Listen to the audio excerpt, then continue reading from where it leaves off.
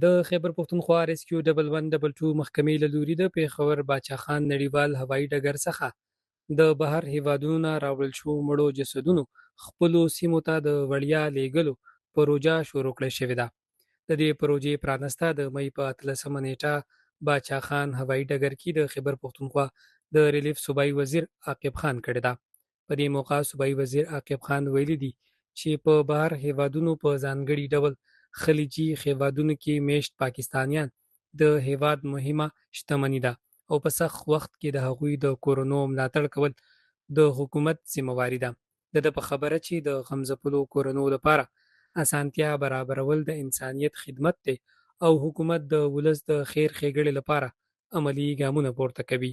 هغه زیاته کړه چې له بهر څخه راوړل کیدونکي جسدونه به په بشپړ درناوي او وقار سره د صوبې هرې ضلعې ته وړیا رسول کیږي. د دې مقصد لپاره شپږ ځانګړي امبولانسونه څلېرې ساعته چمتو ساتل شوي دي. همداراز د باچا خان نړیوال هوایي ډګر کې د ریسکیو 1112 ځانګړی هیلپ ډیسک او کاونټر هم جوړ کړل شوی دی. د نوموړي په وینا ولس کولی شي د جسد د لیږد خدمات لپاره په 1112 ریسکیو هیلپ ډیسک او پروینشل مانیټرینګ سیل اړیکه ونیسي.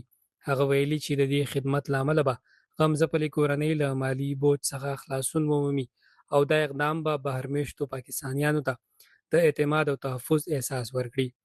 د خیبر پښتونخوا په ځانګړي ډول قبایلي سیمو کې د خلکو لوی شمیر د روزګار لپاره خلیجي هیوادونو ته تللي او هلته زیاتره په سختو مزدورو او نورو درنو کارونو بوخت دي.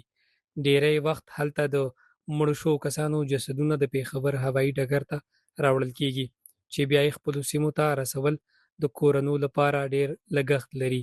حال دا دی چې د ډیرو کورنو مالی حالت دومره ښه نه وي.